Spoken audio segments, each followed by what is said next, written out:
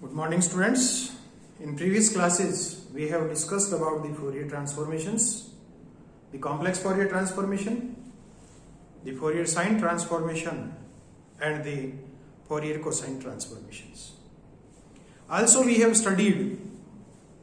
some properties of the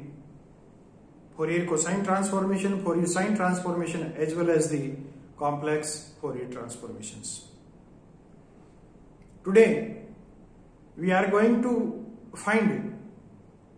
some Fourier or Fourier sine or cosine transformations of well-known functions. So, our first problem is find the Fourier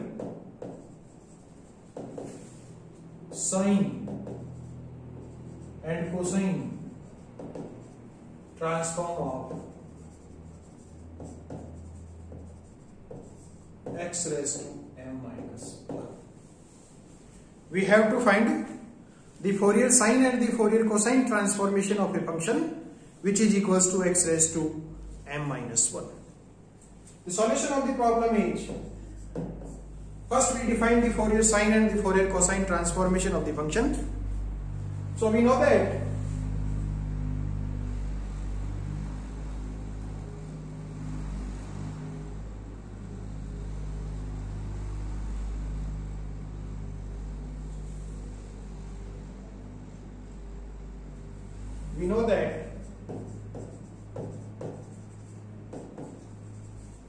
the Fourier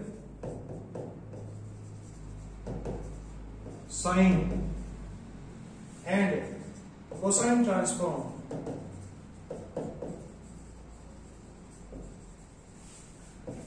of x raised to m minus 1 are. If we define by the definition the Fourier sine and the Fourier cosine transformations, the Fourier cosine transformation, that is fc, of the function x raised to m minus 1 with respect to parameter p,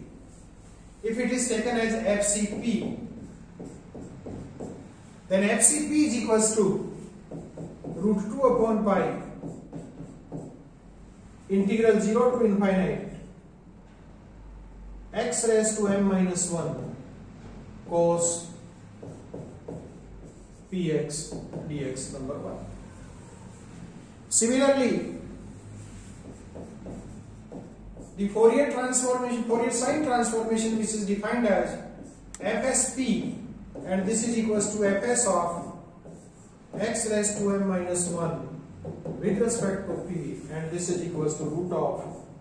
2 upon pi integral 0 to infinite x raised to m minus 1 sin px dx. We know that the Fourier sine and the Fourier cosine transformation of the function x raised to m minus 1 are given by the formulas equations number 1 and 2. Now, to solve this problem or to find the Fourier sine and the cosine transformation, we will use the gamma functions. By the gamma function,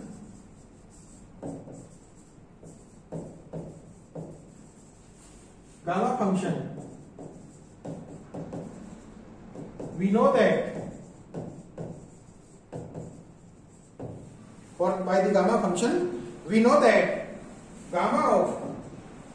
by the definition of the gamma function, we know that the gamma of m upon a raised to m, this is equals to integral 0 to infinite e raised to minus ax x raised to m minus 1 dx. By the gamma function, we know that by the definition of the gamma function, we know that the integral 0 to infinite e raised to minus ax x raised to m minus 1 dx is equals to gamma of m upon a raised to m. Now, if we put it, a is equals to iota p. If we put it, a is equals to iota p in 3, then we get, if we put a is equals to iota p in equation 3rd, then we get equation 3rd is h gamma of m upon iota p raised to m, gamma of m upon iota p raised to m this is equals to integral 0 to infinite e raised to minus iota px x raised to m minus 1 dx. Or we get integral 0 to infinite, e raised to minus iota px x raised to m minus 1 dx is equals to gamma m upon p raised to m into iota raised to minus m. Or this can be written as, the right hand side can be written as gamma m upon p raised to m into e raised to, if we write this one as in the form of e, then this can be written as e raised to iota pi by 2 whole raised to minus m. Or we can write inside as gamma m upon p raised to m, e raised to iota pi by 2 raised to m can be written as e raised to minus iota m pi by 2. Or we can write this one as gamma m upon p raised to m cos m pi by 2 minus iota sin m pi by 2. Similarly, the left hand side can also be written as integral 0 to infinite e raised to minus iota px can be written as cos px plus iota sin px minus iota sin px, cos px minus iota sin px into x raised to m minus 1 dx number 4. So we get integral 0 to infinite cos px minus iota sin px into x raised to m minus 1 dx is equals to gamma m upon p raised to m into cos m pi by 2 minus iota sin m pi by 2. Now if we get the real and the imaginary parts in both sides of equation, first equating the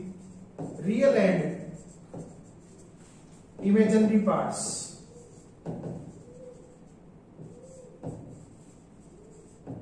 we get the real part is integral 0 to infinite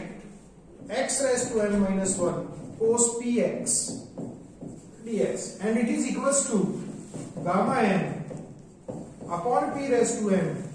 into cos m pi by 2. Similarly,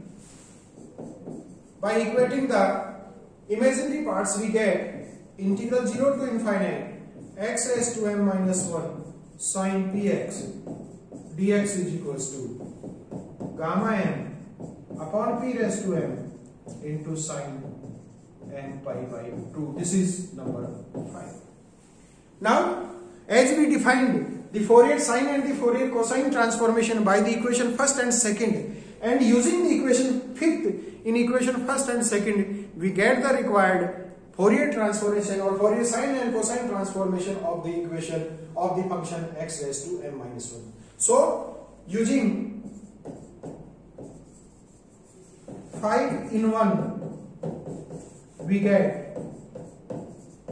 the Fourier cosine transformation FCP, that is equals to FC of x raised to m minus 1 with respect to p is equals to, this is equals to root 2 upon pi integral 0 to infinite x raised to m minus cos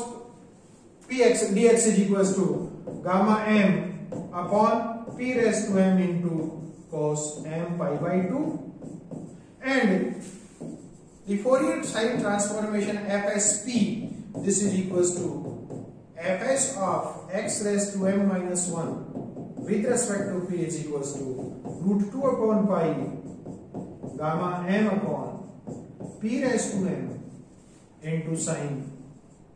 m pi by 2. So these are the Fourier sine and the Fourier cosine transformation of the well-known function x raised to m minus 1. Thank you very much.